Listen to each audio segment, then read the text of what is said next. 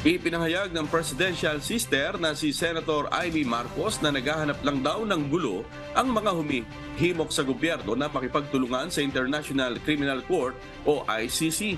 Kaugnay ito ng investigasyon ng war on drugs ng Duterte administration. Iginit din ito ang posisyon ng kanyang kapatid na si Pangulong Ferdinand Bongbong Marcos Jr. na huwag nang papasukin ng mga investigador ng ICC sa bansa.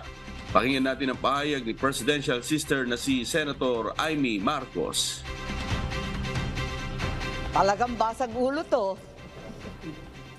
So they're really looking for trouble. But President Duterte has said repeatedly, bring it on. Para sa akin, ang totoo, desisyon ito ng ehekutibo. Ibig sabihin ng ating ko, si Presidente, na paulit-ulit ng sinabi na hindi papapasukin ang ICC.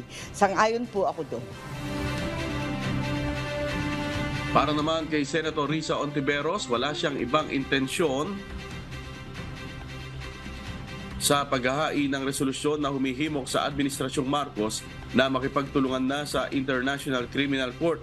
Nakatuunan niya ang kanyang atensyon sa kapakanan ng mga kamag-anak ng extrajudicial killings. Pakinggan natin ang pahayag ni Senator Risa Hontiveros.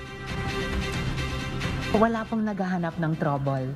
Ang pinakamalaking trouble sa lahat ay yung trouble na ibinagsak sa ulo at buhay ng mga balo at ulila ng extrajudicial killings ng war on drugs.